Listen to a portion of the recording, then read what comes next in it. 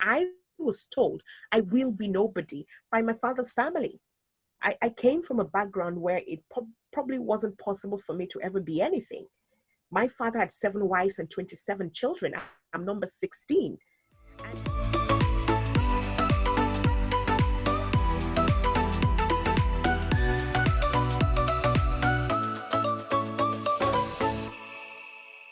You've been in this position, I mean, as a councillor for a little over a year now, I think. Yeah.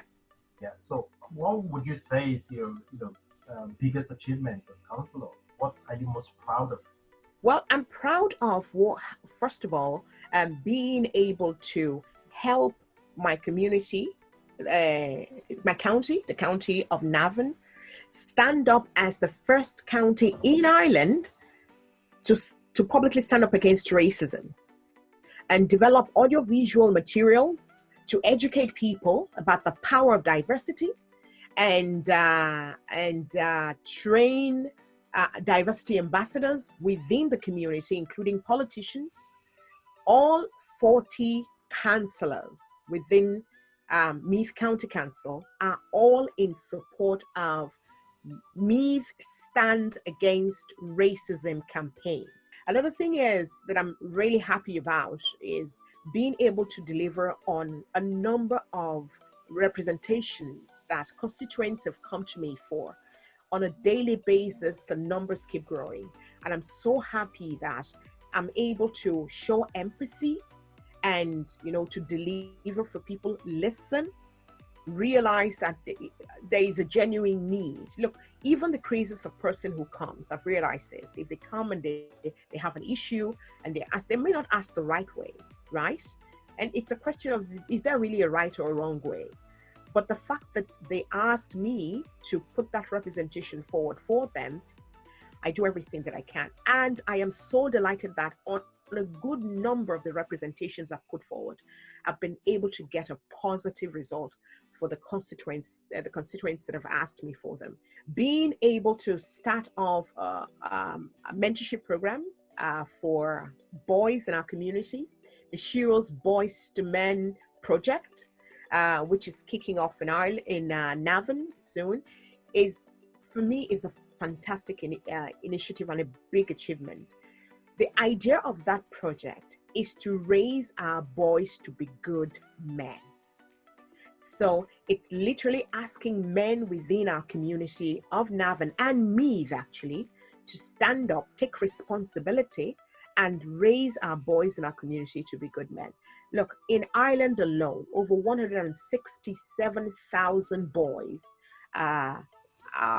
use drugs and alcohol, and they grow up in fatherless homes. The reason they find themselves using drugs and alcohol is because they miss having a role model who is a father. The father is either not present at all in their lives or is emotionally absent, but it's physically present. When I was growing up, I was taught to be ready to be a good wife who will, be a Holy Mary outside and, just submit to your husband inside. My place is in the kitchen, but if I do achieve anything outside, I still have to recognize that the husband has total control and he can tell me to stop if he desires so. I mean, all that lie from the pit of hell that we were told as young girls, that we couldn't be anything unless, we got approval from the men in our lives. All of those things. That's how I was raised, along with many other girls. And so many girls are still raised that way, told there'll be nothing. I was told I will be nobody by my father's family. I came from a background where it probably wasn't possible for me to ever be anything. My father had 7 wives and 27 children. I'm number 16. And my mother had only girls, 6 girls, and she raised 4 other girls who were stepsisters of mine. So she raised 10 girls, and we were told we would be nobodies. And the people who literally spoke this negativity to our lives, the 10 girls, and told us we'd be prostitutes on the streets of Lagos, were men.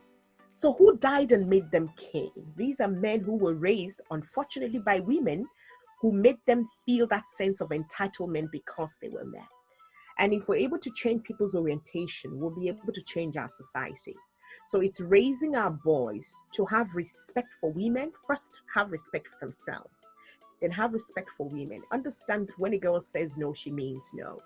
And then through that, then change the orientation of the men who are going to be mentors to these boys. They were raised a certain way and they have certain beliefs themselves. So it's a double-edged sword with this project. So let's move away from Yemi, the councillor, for a minute and talk about Yemi, the person. When you moved to Ireland, did you encounter challenges, having to move from a different country to come here? Would you like to share those challenges and how you overcame them with your family, of course? Moving to Ireland, the first thing for me was a culture shock. Here I was moving to a completely new country. I came during the winter. It was cold. And my first Christmas was one that I spent. I think the experience for me, my first Christmas experience told me that I was never going to spend Christmas without friends and family. I come from a place in Nigeria where Christmas time is literally the busiest time of the year. People are on the streets, people are with family, people are with friends. When I was growing up, when I was a child, Christmas time was a time where my mom would ask us to take food to an auntie. And by the time we're coming back, our pockets are filled with money. And we'll ask ourselves, my sisters will ask me, how much did you make? My cousins will ask, how much did you make? And then we'll compare notes. And we always wanted to be the ones to take food to a certain auntie or a certain uncle. And if they sent you to an uncle you didn't want to go to, you'd be like, nah, I'll go later.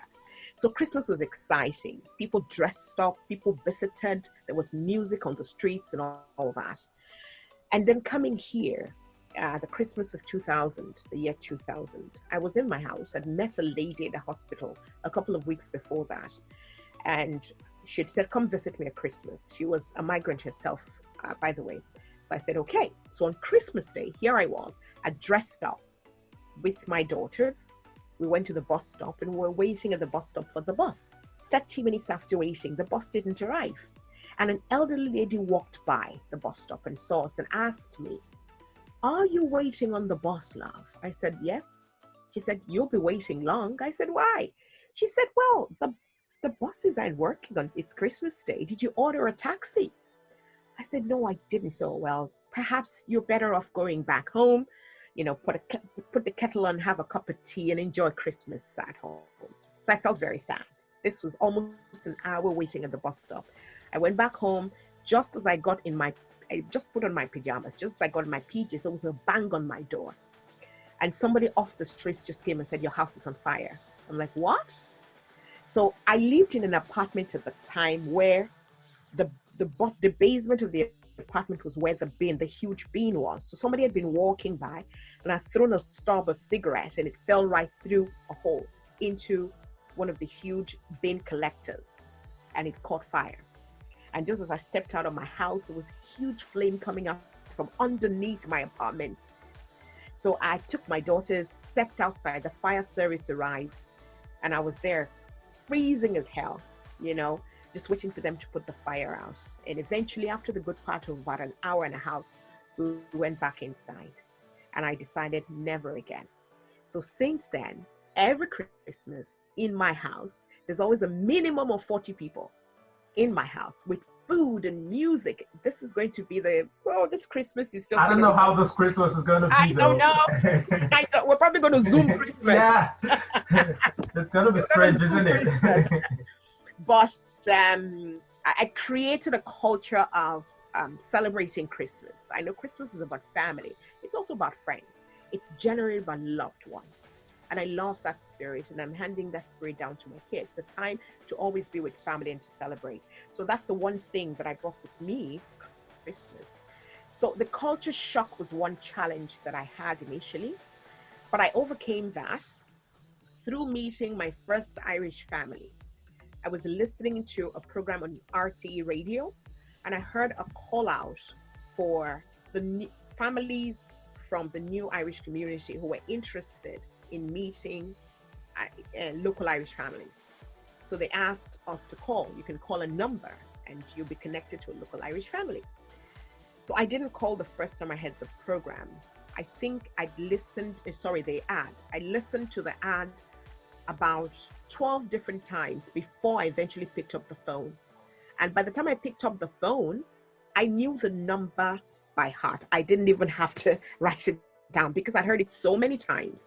So I called the number and I met my first Irish family that has stayed in my life ever since. And I got to know a lot about Ireland even before I got involved in the community. And they got to know a lot about Africa and Nigeria through engaging with me. 2020 has been a year where Black Lives Matter, kind of gained prominence, especially with the death of George Floyd. And, people started coming out to narrate their experiences about their own, experiences generally with racism. In Ireland, for example, you've been here for a long time, longer than I have. I don't know what you think about racism in Ireland generally. Well, it's been an issue that I've been very vocal about, and I always will be, because it is a reality of our Irish society. When I came to this country 20 years ago, things weren't like this. People were very open at the time, and I think, thinking back to it now, perhaps it was that curiosity in them. And for people who exhibited characters that today would be considered racism, perhaps they were racist at the time, but I just didn't see it. I mean, those times I would be on buses and people would ask me what it is like to live on a tree in Africa. And I would be like, living on a tree? And when I realized that most of it wasn't really flattering, they weren't trying to flatter me, or they weren't ignorant. They literally believed that we lived on trees back in Nigeria, in Africa. And I saw that some of them were actually being sarcastic. I decided to coin my own answers for situations like that. All those backhanded comments you get when people say, oh, your English is, they ask you, oh, how long have you been in Ireland? And I said, I would say at the time, maybe 6-7 years. Oh, wow, your English is so good. Initially, I used to say things like, oh, thank you very much, because I thought it was a compliment. But as time went on, I realized, hang on, it's not really a compliment, because my English is good before coming here anyway. So here is what I say about language and communication. What is communication? It's when you speak, we build a context, and I understand what you're saying within the context of that conversation.